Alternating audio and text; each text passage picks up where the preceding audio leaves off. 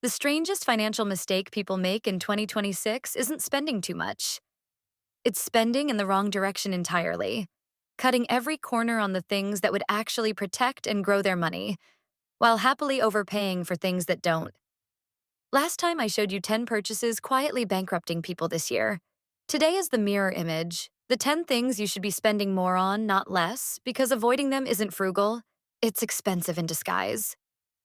Here's the part almost nobody tells you. Cheap isn't the same as smart, and expensive isn't the same as wasteful. Some purchases look like spending but are actually protection. Some look like protection but are actually theft. By the end of this, you'll know exactly which 10 deserve your money and why paying more for the right things can make you meaningfully richer over the next 20 years, not poorer. Number 1.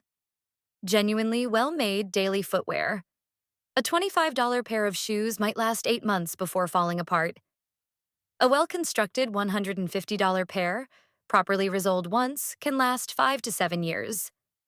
Run the actual math, and the cheap pair costs more per year of use, while also destroying your feet, knees, and back from poor support, which eventually turns into medical bills that dwarf the shoe price entirely. This is the cost per wear principle, and it applies to nearly everything you touch daily. Buying cheap repeatedly isn't saving money, it's renting quality you never actually get to keep. Number 2. Preventive dental and medical checkups. A basic annual checkup and cleaning runs somewhere around $200 out of pocket for most people. Skipping it to save that money is one of the most expensive decisions in personal finance because the conditions these checkups catch early, a small cavity, elevated blood pressure, an early stage issue, cost exponentially more to treat once they're ignored for years. A root canal that could have been a $40 filling can run $2,000 later. You're not paying for a checkup. You're buying a discount on a problem before it becomes a crisis. Number 3. A flat fee financial advisor instead of a commission-based one. Most people either avoid advisors entirely because they assume all of them are expensive, or they use one who charges a percentage of assets every single year, quietly compounding against you for decades. A fee-only advisor charging a flat rate, often between $1,500 and $3,000 for a full financial plan, actually works for you rather than skimming a percentage forever. Paying that fee once to build a real strategy is worth more than paying nothing and making expensive mistakes for the next 30 years out of guesswork. Number 4.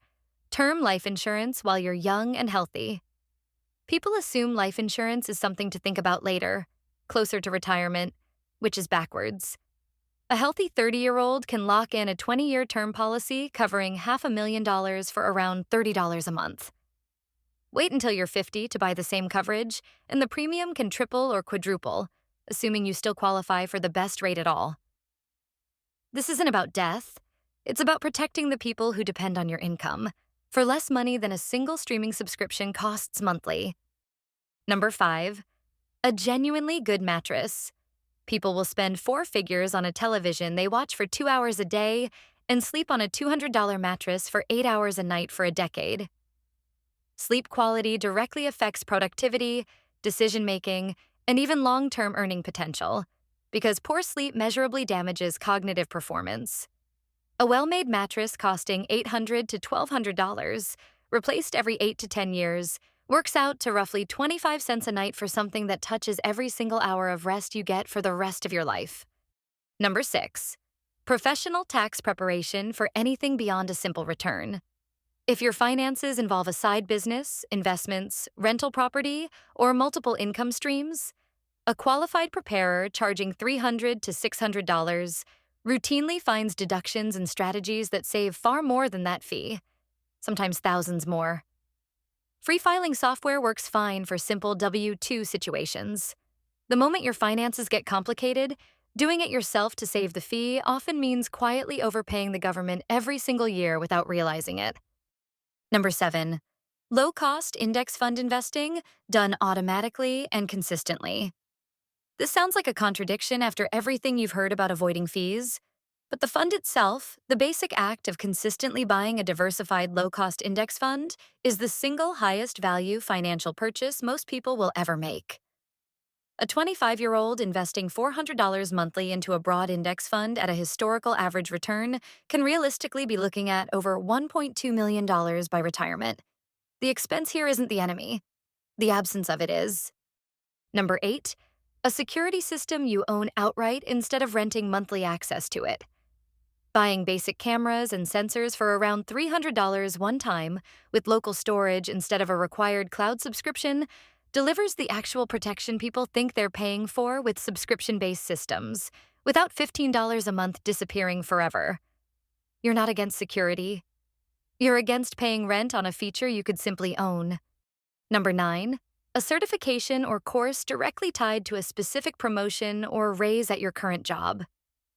Not a random online class taken out of guilt, but a targeted credential your manager has confirmed would unlock a real pay increase. Spending $800 to $2,000 on a certification that leads to an $8,000 annual raise pays for itself within 3 months and keeps paying every year after that. Most people spend more time picking a streaming service than researching which credential would actually move their income. Number 10, quality kitchen tools that last decades. A properly made chef's knife, a solid cast iron pan, real cutting boards. These run somewhere around $200 combined and will outlive cheap replacements bought every year for the next 20 years.